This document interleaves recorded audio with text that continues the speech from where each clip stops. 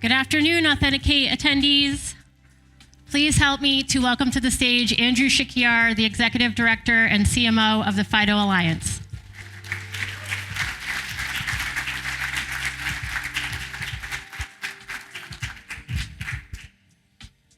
Thanks, everybody. It's great to see so many people here. I'm very excited to welcome you all here in person, and those of you at home watching remotely, to Authenticate 2022. As you see here, we're very glad that you're here, and that we're very glad you're here remotely as well.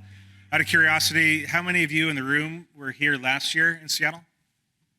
It's hard to see, so maybe around a third of us. Last year was our first physical Authenticate, and things were still pretty bumpy with COVID, but we still managed to have around 200 plus attendees and several hundred attending remotely. To me, the highlight from last year was the positive energy in the room, and there was a real sense of community. People were very excited to see people again, and I think it was the first time for many of people last year. It might be the first time for many of you this year. But there's also kind of a shared sense of purpose and almost a missionary zeal, if you will, last year about understanding that we need to work collectively to advance our collective cause and moving beyond passwords. So for me, this is a bit of a homecoming. I grew up in Seattle. I still love this city, even though I haven't lived here for a decade or three. And I came up early and had a chance to stay with my parents. And actually, I did some work for my childhood room. And like many of your childhood rooms, no longer are there posters or childhood knickknacks, and it's now the family office. But this is what I found in my parents' office. I'm sure we've seen this before, right? It's full of sticky notes with credentials.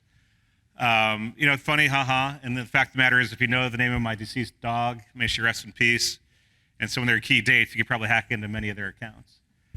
But the problem goes beyond that. I saw them all weekend struggle with passwords. They're locked out of accounts. They're forced to create new accounts because everything's gone digital. And it's really a challenge as digital transformation is actually leaving many people behind. And these pains go beyond my parents, of course. Think about people who might be visually challenged or mentally challenged, and you're asking them to do 2FA between screens and copy a code from one screen and discern between a 2 and a capital Z and then enter it on a keyboardless device. But that's a real problem. So digital transformation is a challenge. And I think we have an opportunity with authentication to be a bridge of the digital divide, not another wedge. That's something we should all think about as we move forward these couple days. If you attended the pre-conference FIDO workshop facilitated by my co-executive director, Christina Holka, earlier today, you learned a lot about how FIDO Alliance works as a body. But ultimately, we do three things.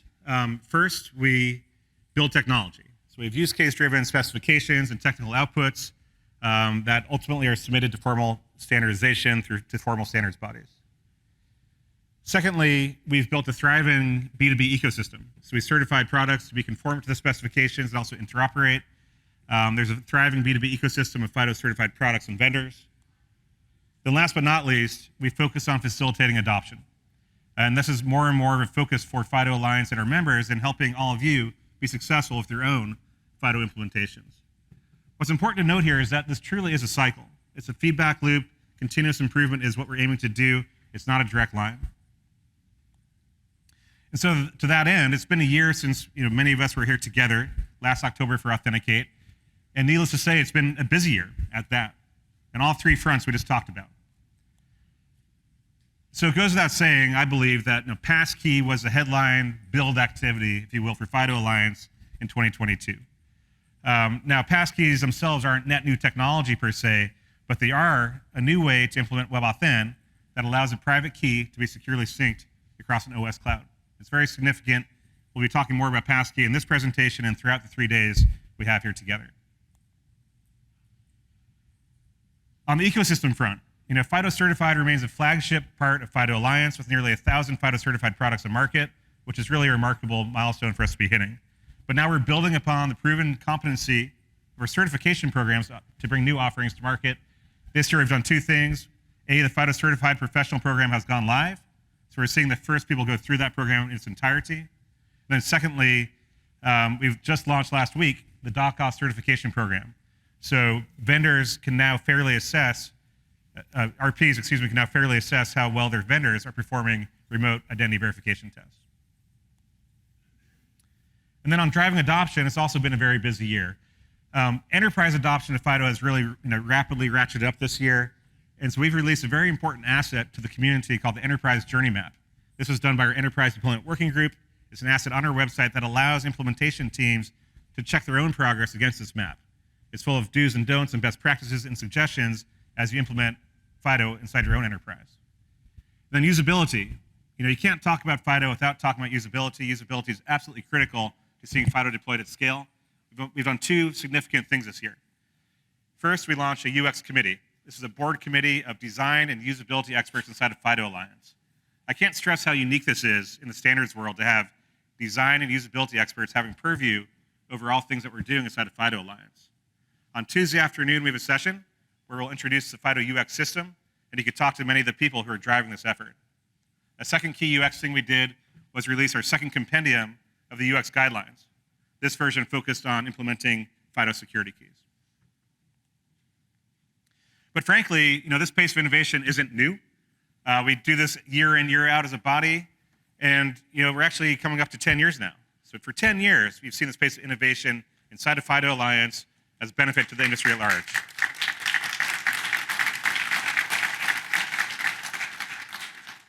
Nearly 10 years, I should say. So we'll be celebrating next year officially.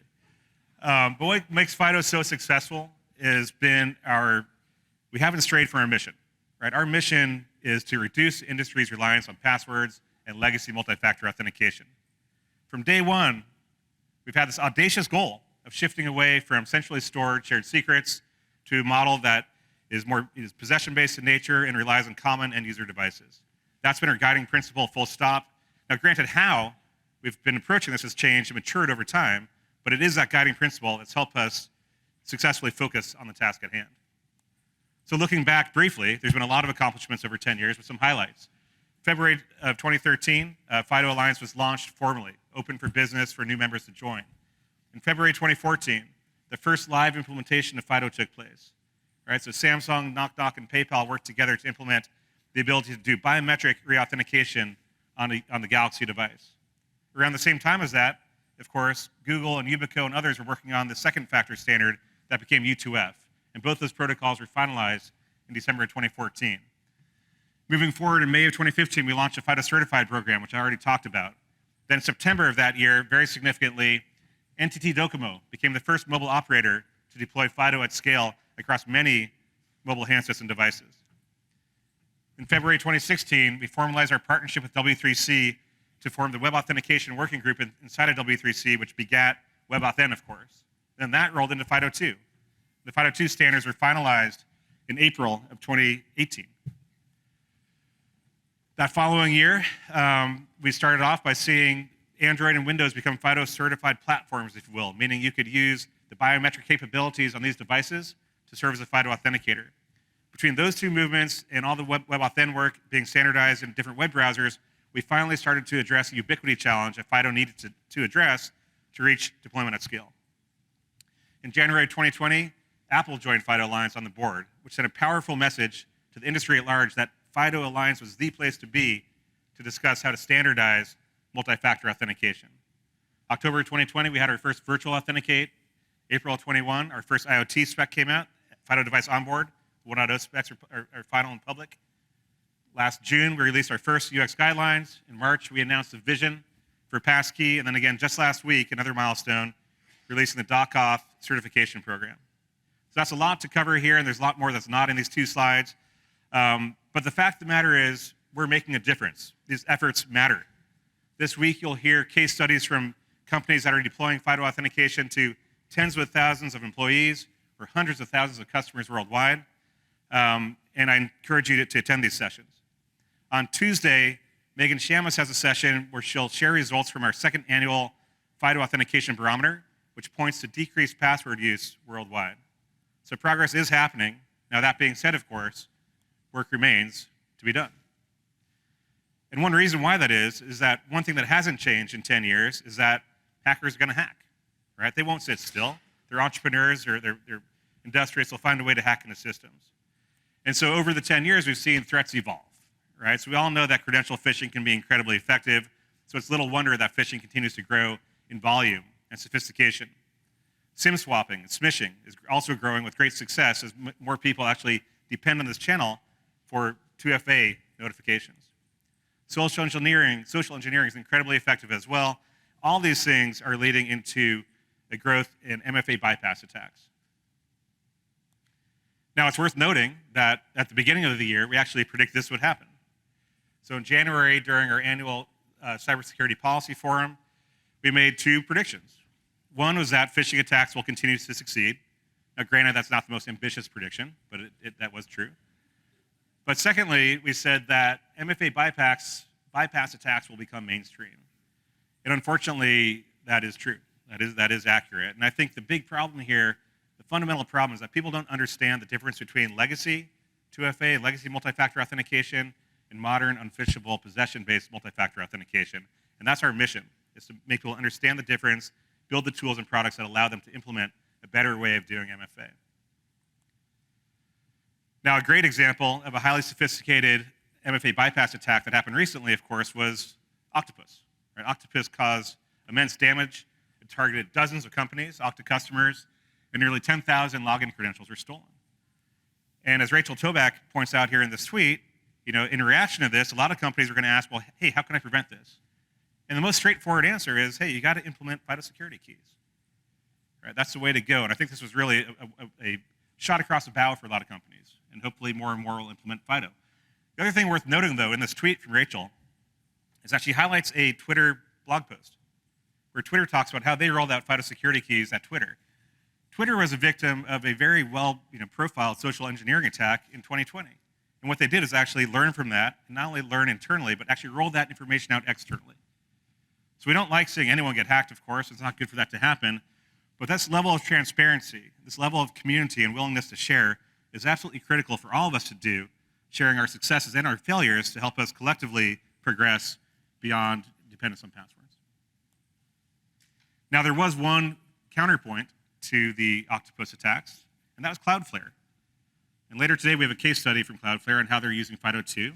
But Cloudflare has been a long user of FIDO2 both internally and in their B2B products, and they were not successfully attacked by Octopus. And this led to the Hall of Fame tweet response from Evilgenix, who simply shed a tear at Cloudflare's use of FIDO2. And Evilgenix, this is the open source phishing platform. So what we want to see in the future is more tears from Evilgenix and less high fives. So going back to our predictions at the beginning of the year, we also had some better, happier predictions. One is that enterprise password deployments would grow and grow rapidly. We are seeing that. And the other one we made was that mobile platforms will provide consumer-ready solutions at scale. So we may have had some inside scoop on that one, but of course that was manifested in Passkey.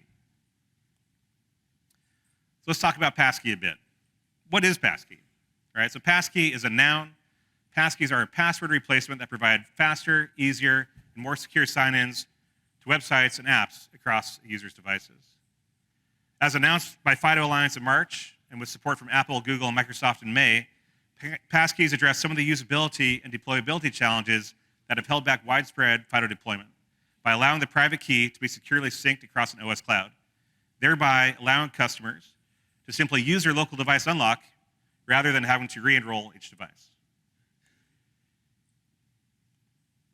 So this has been supported by all three major platforms. Apple is now live in iOS and in beta with macOS Ventura. And just last week, Google announced their support in beta in Android and in Chrome. So we're seeing great progress here on Passkey, and we're very excited to see this evolve over time and see more and more adoption. But it's a fair question to ask. Like, why would FIDO take this change? Why would we change a way that we've been authenticating users since our inception? It comes back to our mission and the singular focus we've had on this mission. Our mission is to reduce industry's reliance on passwords. Passkeys stand to take passwords out of play for hundreds of millions of consumers immediately, full stop. Right? So that's a very significant addition and is very consistent with our mission since day one. Now, it's also important to remember that passkeys are complemented by security keys, FIDO security keys, which can host single device passkeys and remain the gold standard from a security standpoint for FIDO multi-factor authentication. So again, FIDO security keys can support Passkey as well. Now, also important to note, I didn't cover this in the last slide, our definition of passkey actually means any passwordless FIDO credential, right? So not just a sync type that we're talking about, but also pre-existing FIDO passwordless credentials. This is important because we have never had a consumer-ready term for FIDO. Or what do you call a FIDO authenticator? Some of Bill Eddy's in the audience laughing at this because we used to talk about this at length. But with the term passkey and a common mark, we now have a common term that service providers can point to and use to help educate users and start reinforcing positive behavior in moving passwordless with FIDO authentication. So FIDO Alliance is happy to provide a number of industry resources for passkey. This is our website, the FIDOalliance.org/passkeys. That QR code will take you there. On that site, you'll find an FAQ. You'll find information about the logo, how and when you can use it, and more information over time. Also worth noting, we collaborate with the W3C WebAuthn community adoption group. From that group, they've launched the passkeys.dev developer site, which is launching today and will have more and more content over time. So that's passkeys.dev. If you want more info, track down Tim Capali or Nick Steele. So here we are, right? So passkeys are launched. What's next for FIDO Alliance? Well, more of the same would be my point. We'll continue and focused on driving innovation, industry coalescence, and adoption around FIDO authentication. So passkeys are not an endpoint. If anything, it's just another beginning. We'll continue to iterate on this, right? So we'll build new technology. We need to establish an ecosystem. We need to see how the ecosystem reacts to passkey, right? We contemplate an ecosystem with future independent passkey providers in addition to the current platforms that are supporting passkey. We need to take steps to talk about how you can optimize usability for passkey deployments in a variety of settings, and all this feeds back into the Alliance, feeds back into our development process to continue to perfect this very promising new way of implementing FIDO authentication. And to that end, it's actually incredible that we've seen major companies that have been FIDO stakeholders since day one continue to iterate on their own implementations of FIDO, and looking at passkey in particular as a way to bring their customers forward into the future of passwordless authentication. So now, to that end, I'm actually happy to bring two special guests on stage to talk about their company's plans for passkey. So my first special guest is Marcio Mello. Marcio is the head of product for PayPal's identity platform. I also compare Marcio to Johnny Appleseed. So before Marcio was at PayPal, he did a FIDO implementation at Intuit, and before that at eBay, and before that he was actively involved in Intel Security's work on passkey as well. Excuse me, on FIDO as well. So Marcio, please.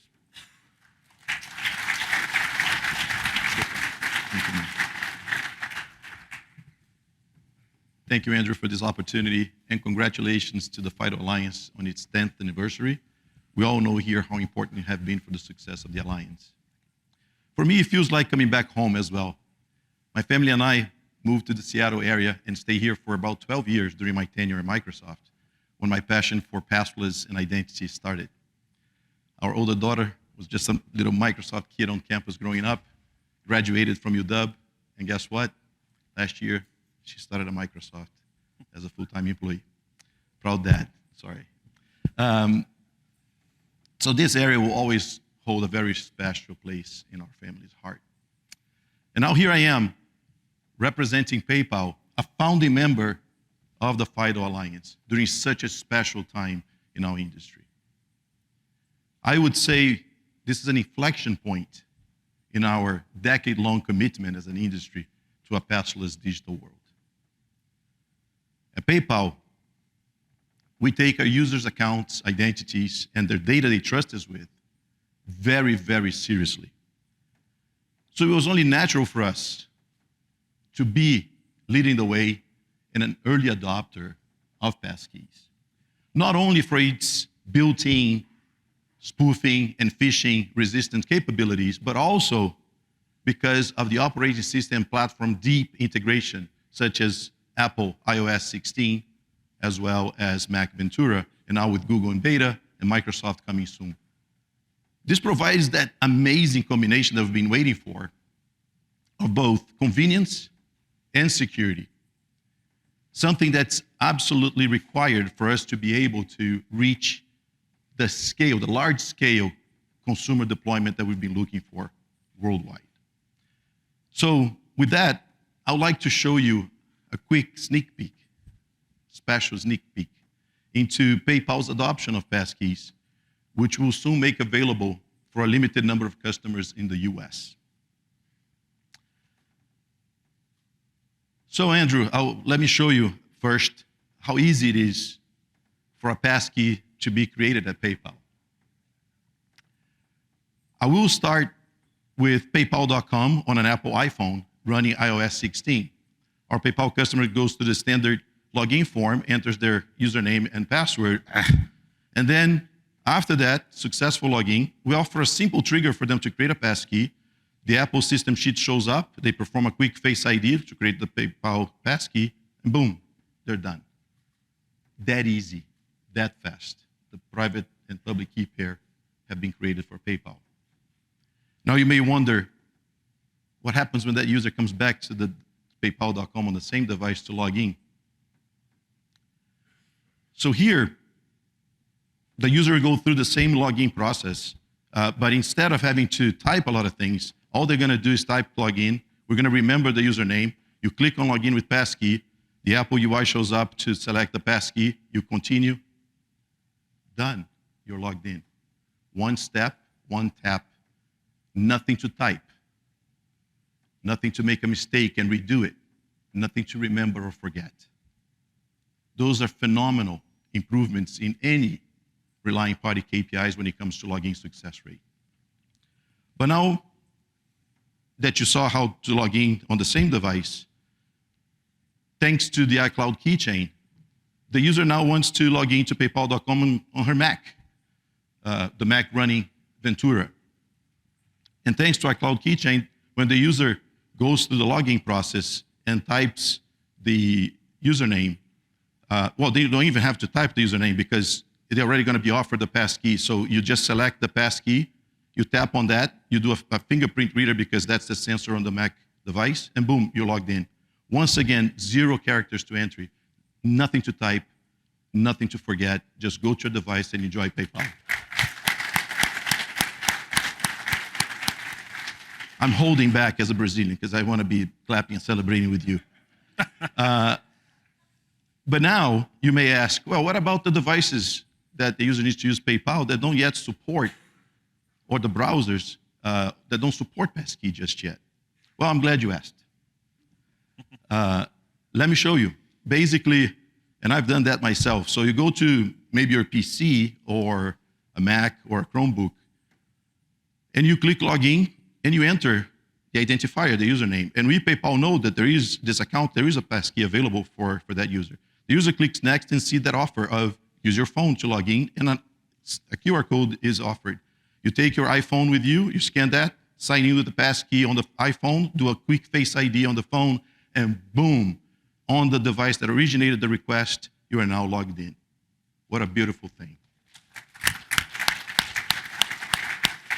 So that, once again, shows the power of how the platform supporting passkeys, in this case using the iPhone as the authenticator to unlock access to PayPal using the PayPal passkey on a device that has not yet added support for passkeys. True cross-device, cross-platform from day one. In closing, I know the journey is still long. We're not done at all. But that feeling that I'm feeling right now, that we are all in this together as an industry, knowing that that pain with complexities of creating and managing passwords will soon go away, is too good to hold back. So Andrew, at PayPal, we're pumped up. I am very, very excited to celebrate this unique milestone towards our commitment as a company and as an industry to make passwords a thing of the past. So my sincere thanks to you once again. Thank you, El. Thank you. Thank you. All right. Thank you, Marcio. So I hope you're kind of seeing a theme here. The slides I had with the circle, we're seeing things come full circle. So one of the founding first implementers, PayPal, talked about how they're now moving forward with passkeys. One of the other initial deployments that I highlighted was from NTT Docomo. So I'm now very honored to bring on stage Koichi Moriyama, who's a chief security architect at NTT Docomo, also a longtime board director and longtime chair of the FIDO Japan Working Group, and recently has been named to the board of directors at W3C Inc. Moriyama-san.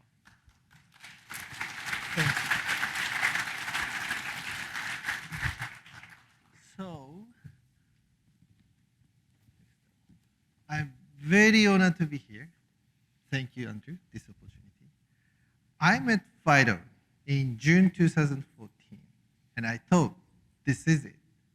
FIDO is the future of authentication for protecting customers from attackers.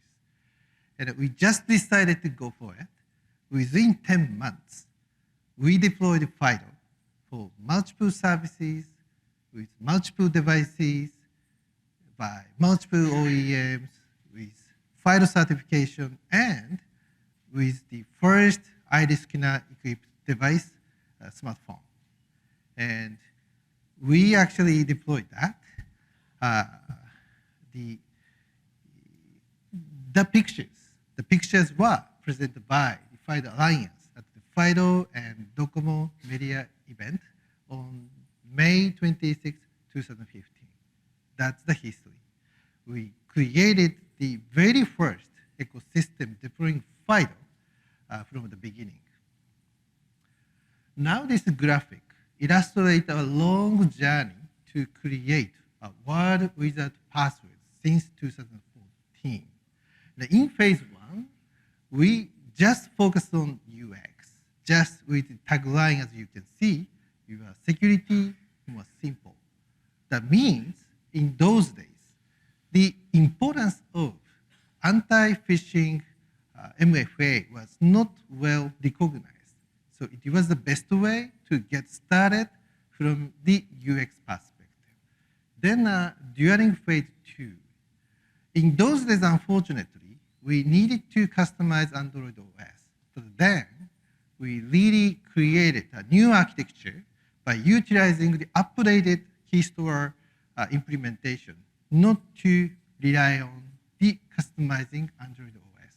That is just the same as today's Android FIDO2 architecture.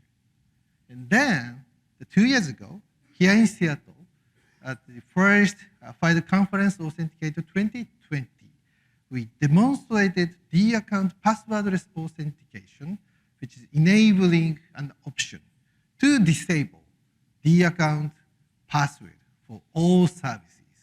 We already got started that, eliminating password. Then today, it's my great pleasure to inform you that we will adapt passkey with deploying or WebAuthn.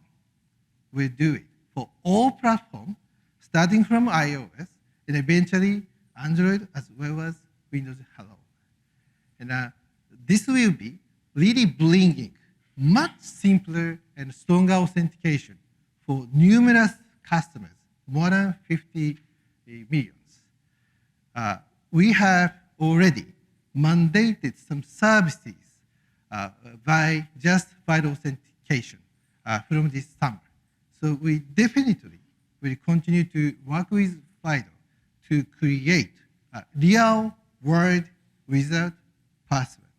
Thank you very much for listening.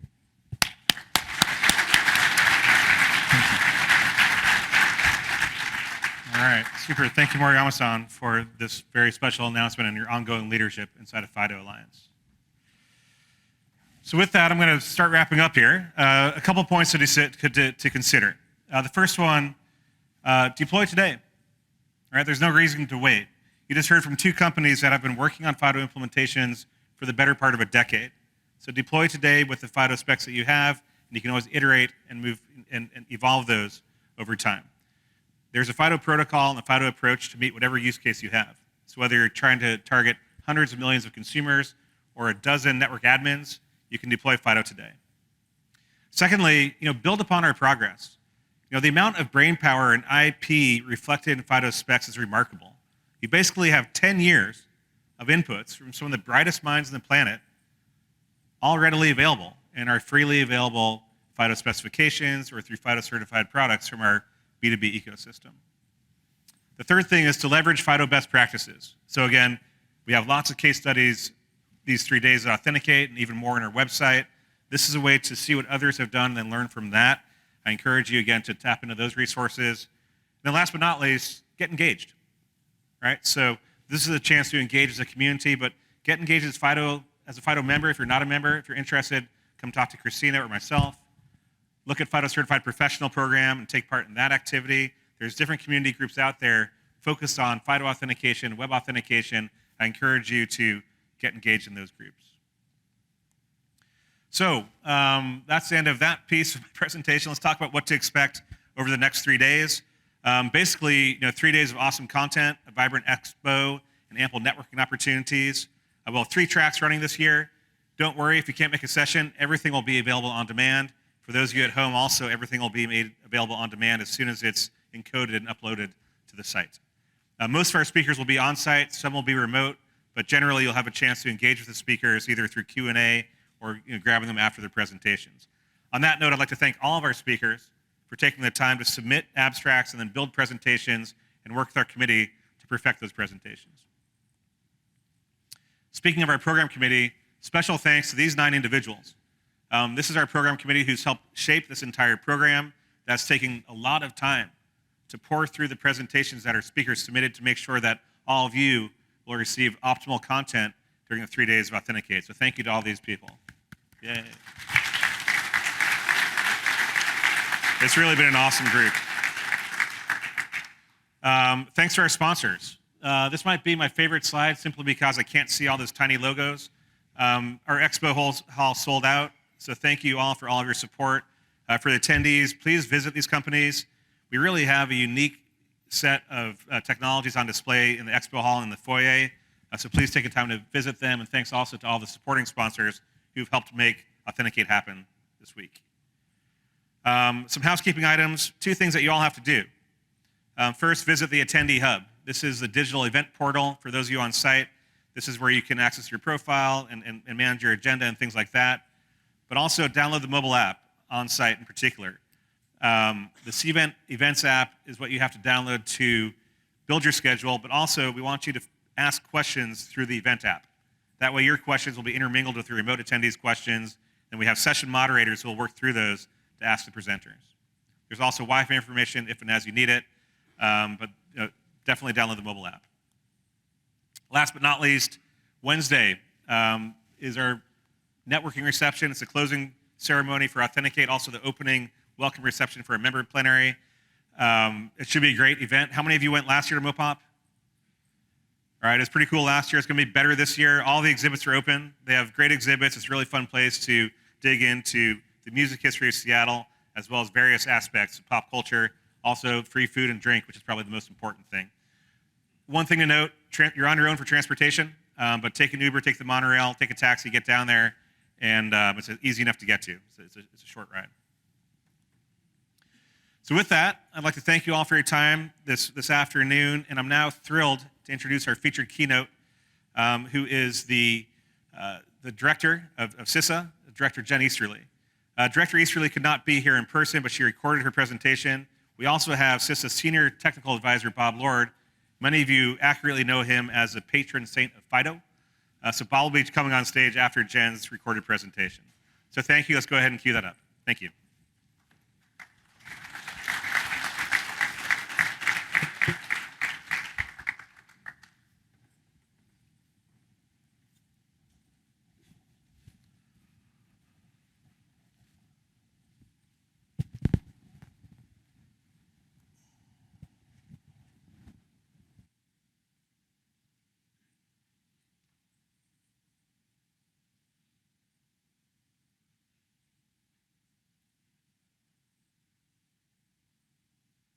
Hey everybody, I'm Jen Easterly, the director of CISA, and I'm absolutely thrilled to participate in today's FIDO Alliance's Authenticate 2022 conference as we discuss improving authentication practices.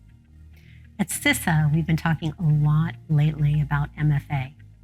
If you follow me on Twitter as CISA Jen, you know how committed I am not only to 80s music and the band Boston, but also how important more than a password is.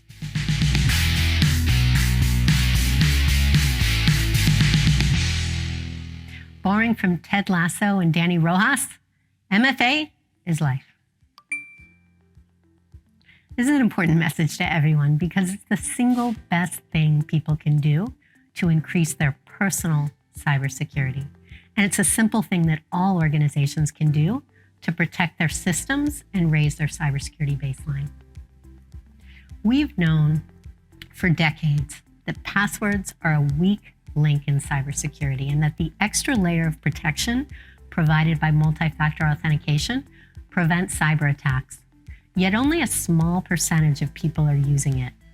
In recent months, CISA has been collaborating with our industry partners to double down on that message with a public awareness campaign, a new webpage, and other efforts aimed at dramatically increasing the adoption of MFA. We're spreading the word wherever we can that everyone can take these simple steps to keep themselves safe online. And we're urging technology companies to make MFA available as the default option. We're also asking people who have accounts on services that don't have multi-factor authentication to urge their providers to provide it. And we're using this opportunity to shine the spotlight on FIDO as the gold standard for MFA and the only widely available phishing-resistant authentication. Speaking of opportunities, I am thrilled to have this one today to talk about our longer-term cybersecurity efforts at CISA because everyone here is perfectly positioned to help drive a fundamental change in the business of cybersecurity. You know, we've made some great strides in MFA adoption in various places. For example, Salesforce now mandates that all of their customers enroll in MFA. GitHub has been mandating MFA for the top open source package maintainers, and they plan to get to 100% of all accounts by the end of next year.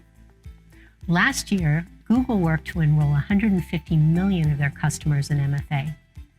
Apple says 95% of their iCloud users have enrolled in MFA. So we should celebrate these and similar wins, but we should also recognize that we can and we must do more. One top vendor reports that only about a quarter of their enterprise customers have enrolled in MFA. More significant is their report that only about a third of the system administrators of those organizations use MFA. Proofpoint recently published a threat report that indicated that managers and executives make up only 10% of users of MFA, but almost 50% of the most severe attack risks. So let's step back and think about safety outside of the tech domain. Now, what happens when you get in your car and forget to buckle up and then start to drive? The car alerts you that you're in an unsafe mode and nudges you to buckle up. You know, you can still drive the car, but it's a strong enough nudge to get you to act to get safe. Ask yourself whether a tech product or service last nudged you to enroll in MFA like that. How forcefully did the vendor nudge you? If you have an online account that lacks MFA, what signals does the vendor send in the user interface or out of band to tell you that your account is not yet safe? Were any of the services features disabled until you enabled MFA? Was it painfully clear that you weren't safe? Or was the safe versus unsafe experience basically the same? Did the nudging cause you to take immediate action to enroll in MFA? Most online services haven't yet implemented strong nudges, and we see that in the MFA stats. What about high-value targets like system administrators? Given reports that too few administrators are enrolled in MFA, do we think the existing MFA nudges are strong enough for that class of users? FIDO authentication can stop the sorts of phishing attacks we see every day, including a variety of MFA bypass attacks. Is there sufficient nudging for high-value targets like sysadmins to enroll with FIDO keys rather than enrolling with legacy MFA? Although I cited a few stats above, it's not common for vendors to publish their MFA statistics. We applaud those that do, but I'd like to challenge my friends in the technology space to adopt a policy of radical transparency around MFA adoption. Now, that could come in a few different forms. First, we'd like to see you all publish a breakdown of MFA adoption. What percentage of your customers have enrolled in MFA, and what percentage of MFA users have chosen SMS or an authenticator or a push notification or FIDO authentication? Go FIDO, go FIDO, go FIDO, go FIDO, go FIDO, go FIDO, go FIDO. Second, we'd like to see you publish statistics around privileged users like sysadmins. Again, go FIDO. Third, we regularly encourage organizations, especially small and mid-sized businesses, to migrate their on-prem systems to trustworthy cloud providers. Part of being trustworthy is ensuring that when your staff are inevitably phished, the attack will fail to expose customer data. And to that end, we'd ask that you publish information about FIDO adoption among your staff. We're hoping to see you brag that you've already hit 100%. Nudging users and transparency are part of the larger themes of product safety by design and safety by default. Imagine if you bought a car and had to research seatbelt manufacturers and models to see which would be right for your car, and then if you had to pay someone to install the seatbelts and maintain them over time. Or maybe you had enough money to have someone remove the parts of your dashboard and install your airbags. That sounds silly, but we've accepted this norm in cybersecurity that you must spend time and money to make products less dangerous. So what's wrong with this picture? Well, look, we know what's wrong. And I'm going to say this quiet part out loud. The norm that we've come to accept places the burden of staying cyber safe on the people and organizations least able to understand the threat landscape, least able to respond with the right people and processes, and least able to afford the necessary technologies. And this shouldn't be the case. We can actually do something about this. Vendors can ensure their products have built-in safety and have defaults that best protect their customers without them even thinking about safety. Isn't it high time we all join forces, global tech leaders and security experts across the country, from both the public and private sectors, to work together to dramatically improve the safety of products, both during the design and engineering phases, but also when they're delivered to the customer. That way, we're not passing unfair expenses and risks to the customers. Please help us in encouraging and educating vendors that the security outcomes of their customers really matter. That would include everything from making MFA the default to reducing the burden on customers to find and implement complex hardening guides.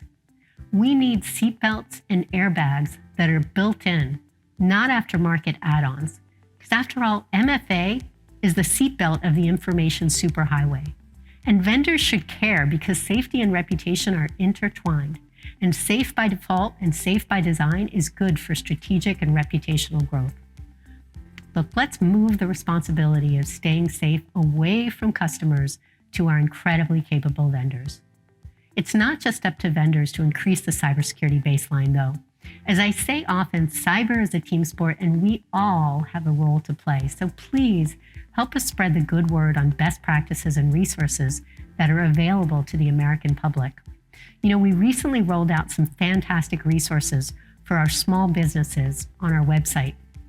On CISA's small businesses page, we list a few things that all CEOs must do to establish a culture where security is a daily activity, not just an occasional one. Some examples from the page include selecting and supporting a security program manager. He or she doesn't have to be a security expert, but they do have to be a full-time role. And their role is to help leadership implement a strong cybersecurity program and ensure that employees comply by reporting MFA adoption metrics to senior leadership, especially for their sysadmin accounts. Also, they should review and approve incident response plans and regularly participate in tabletop exercises. And if you make these an organization's top priorities, cybersecurity across the board will be more effective and less confusing and burdensome for everyone. Now, with this structure in place, CEOs can create an informed, cooperative, and compliant culture of cybersecurity across their entire organization. Second, and I know this is preaching to the choir, but deploying MFA like FIDO authentication is the single best thing that someone can implement to be safer online. At CISA, we'll continue our efforts to educate and encourage MFA adoption for everybody, shining the spotlight wherever we can on FIDO as the gold standard. And we hope you'll join us in advancing our longer-term strategies and goals around raising the bar for manufacturers and vendors. I have no doubt that together we can drive these changes and create a safer cyber ecosystem, and in turn, a more secure and resilient future for our nation and our people. Thanks again for this opportunity. I know I'm leaving you in great hands with Bob Lord. Okay, all right, all right. Thank you, thank you, thank you, thank you. Hi, everybody. I'm Bob Lord, Senior Technical Advisor at CISA, and I really wanted to drill down on a number of the comments that Director Easterly made. So we really want to spend a lot more time talking about safety by design and safety by default. So product safety isn't something that we talk a lot about in this industry, and we'd like to encourage more dialogue. And so we're spending a lot more time talking not just to the organizations who are deploying these tools, but the vendors who are building them and shipping them out. And so you saw in some of our advice there on the small business page, we're getting a lot more prescriptive. You know how you see these government documents and they just say, your organization should do X. And you read it and you say, sure. That's about it. And so what we're trying to do is we're trying to be a lot more specific, and so we want to talk to the CEOs, because their role is different from IT people. The role is going to be different from the project manager. By the way, the project manager doesn't have to be a full-time role, but it does need to be that glue that connects the IT folks to the senior leadership who are making those big decisions. And we want to spend a lot more time thinking about how they're made, and we're really thinking a lot about left of boom. So why do I keep talking about left of boom? Well, part of that is because of our new strategic plan. You can go download this, and it's actually pretty darn good. And there's one pillar here which I think is a little surprising, and that is this one, the part about risk reduction. So we're no longer just going to be in a position of trying to take a look at risk, measure risk, communicate risk. We're really going to try to drive risk down. And so that's a very audacious goal, and we can't really do that alone. That's not a thing that the government can do. And so we need to take a look at the landscape, and as the director mentioned, we've kind of got a weird thing that we've normalized. We have normalized this idea that we're going to place the burden of staying safe on those organizations that are least able to understand things like threat landscapes. I mean, have you talked to your friends and neighbors who are not technical about threat landscapes? They probably don't have any idea what that is. And these are the organizations that can't hire enough of the right people, and they can't afford to change all of their business processes to better align with best practices. And of course, they can't afford the necessary technologies. We've normalized this idea that you go buy a product, and then you go buy another product to secure that first product. The director was talking about seatbelts as an aftermarket thing. That used to be a thing. You used to go buy a car and then go buy a seatbelt. And we said that's not a thing that we want to normalize. And so, you know, I take a look at some of these statistics. So in this particular Microsoft post, they said 20% of users of Azure AD and 30% of global administrators were using MFA. And Microsoft is one of the few companies that's actually published information so that we can start to take a look at the problem. But sometimes I go back to look at other domains and I say, have we seen this movie before? And here's a book about automotive safety, and it talks about equipment that in 1970 was available on 75 to 80% of automobiles, which is seatbelts. And yet, only about 25 to 30% of users were using that safety mechanism. And the sentence right there, but availability was not enough, is the key. Now, I know what you're thinking. You're thinking, Bob, you cherry-pick some random stats and they kind of look together. Okay, so I go through and I read things. But this struck me as possibly very, very key. SMBs, they don't understand MFA. So there's a group called the Cyber Readiness Institute, and they did a survey. And when they asked organizations if they used MFA, if they said no, they had follow-up questions about why. We don't understand MFA. Now, I did my first MFA deployment. I'm dating myself here. This is terrible. I think in 1996. And so I think as an industry, we've had enough time to kind of digest the notion that you needed to do some form of MFA, but the message hasn't gotten out. And so we see far too many organizations failing, in part because they have no idea they need to do this, and that's because they don't have something that is nudging them in the right direction. Has anybody actually heard of this book? You probably haven't read it, but have you heard of this book? So I see a whole bunch of hands, right? So again, looking outside the cybersecurity domain, I wonder what other lessons can we learn? And I kept coming back to references to this book. Couldn't find it online, so I bought a copy off of eBay. And I said, let me just start reading this book with an eye towards seeing if there's anything that seems relevant to today in the world of cybersecurity. This book was written in 1965. And here's my personal copy with all the references to cybersecurity. So I think we've seen this movie before, and I think we need to start changing our mindset. I think vendors are going to be the key, the ones who are producing the products, producing the automobiles that go onto the roads. And so we have some requests. Just to double down on the comments that the director made, we want radical transparency for MFA statistics. We just can't fix it if we can't see what it is. We want nudges for end users. We want to see something in the UI and in the experience that gets us to where we need to be. And of course, we want to move the needle on administrators from 30% or whatever it is with any particular service to 100%. And given that they're high-value targets, we need to move that as close to 100% with FIDO. We also need to nudge the users via the administrators. So let me explain that. So back when I was deploying FIDO at the DNC, we ran into this problem where I was trying to run a report to see who were the people who had not completed the migration. Seems like a reasonable thing. The service in particular didn't allow me to do that. And so we spent a lot of time on the phone with their developers and their product team explaining why I needed to get to 100%, that 99% was probably going to be a fail for me, given the kinds of attacks that we had expected. And eventually they gave us the right tools to run a report, but it was kind of clunky. And so I want to think about turning that upside down. So instead of administrators having to know that they should be pushing to 100%, knowing how to run the reports, and then nagging the users, could we imagine a world in which the vendors automatically, whether you liked it or not, sent you a monthly report that said, here are the trends, here are the scofflaws, here's a button to remind the scofflaws. By the way, we recommend you send this report to senior management, so if there happens to be a problem, it's not on IT's head. And that tends to be where we put it today. And so we also want to make sure that there are no pricing barriers. Have you heard about the single sign-on tax?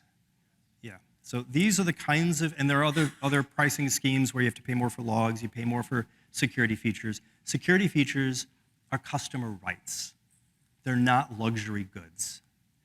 And so we need to normalize the idea that they're built in and that you don't have to know to go get them and you don't have to pay more for them. Now, one of the things we have done over the last few years and continue to do is to encourage organizations to think about their on-prem environments and whether or not they can actually secure those. And many organizations have chosen to move their data and their services to the cloud, to trusted cloud providers. And based on the things that you saw in Andrew's talk, I think it's pretty clear that cloud providers are high-value targets, and they need to really move to 100% FIDO security keys. One organization did and blogged about it. It's an outstanding blog. But isn't that kind of weird that somebody blogged about having done all the right things in advance? That shouldn't be an aberration. That shouldn't be something unusual. That should just be the way things are. And we're nowhere near that today.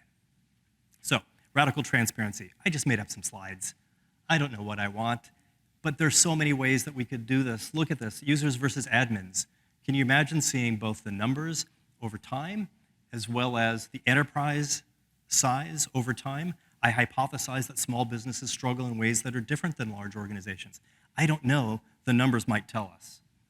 How about the type of MFA? Like to see FIDO on the rise. Is it actually moving? We need the statistics.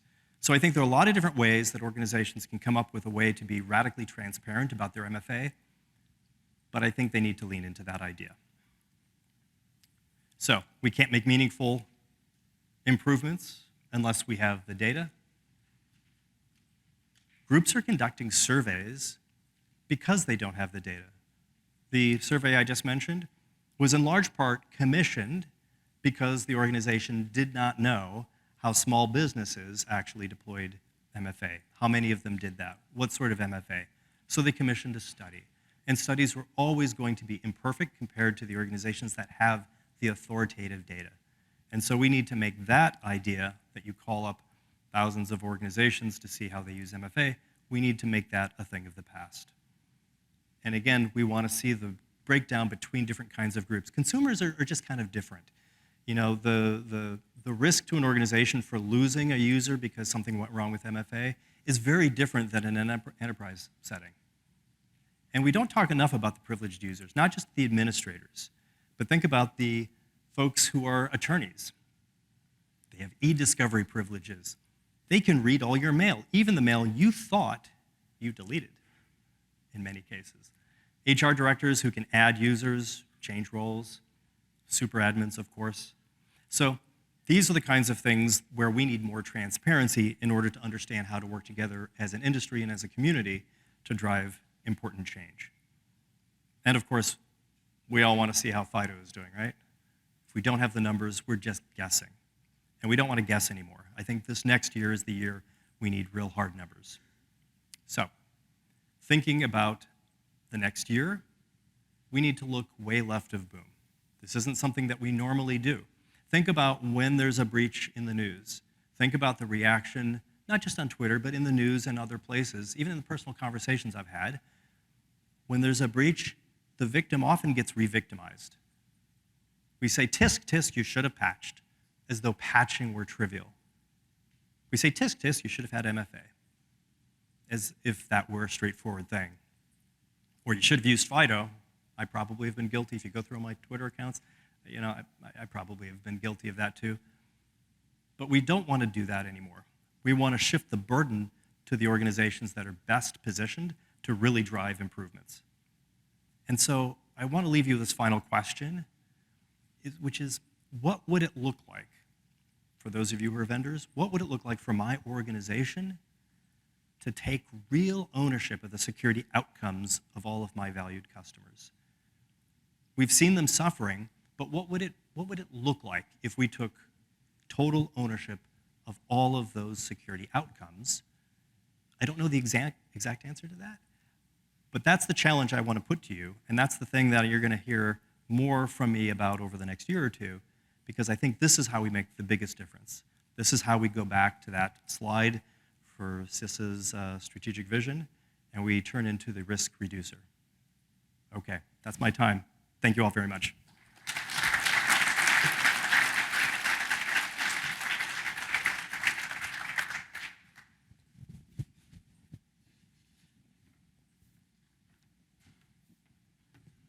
Okay, thank you, Bob, and thanks for all of CISA's support for FIDO and FIDO authentication. I hope you all take Director Easterly's and Bob's calls to action to heart. You know, these are all things that FIDO Alliance believed in as well, and if you want to actually take action on any of this, I'd encourage you to grab Bob. He'll be here all 3 days of the conference. So we're going to turn things to Google now. You know, Google as an organization is such a critical part of FIDO Alliance, having not just served as one of FIDO's founding members, but also one that brings different points of view and perspectives to all things that we do inside of FIDO Alliance. Google, as you know, is a consumer service provider. It's also a B2B vendor, and it's also the owner of a major mobile operating system. So all these perspectives they bring into the Alliance to help build out our specifications and help us go through that cycle that we talked about before. And not least of all, you know, Google has served through Sam Srinivasan as FIDO's president over the past several years, which has been invaluable as FIDO has grown as an organization through this very critical juncture. So thanks to Google for all their support. And to that end, I'm very happy to introduce Jonathan Black. Jonathan's a Senior Director of Identity and Counter Abuse Technology at Google.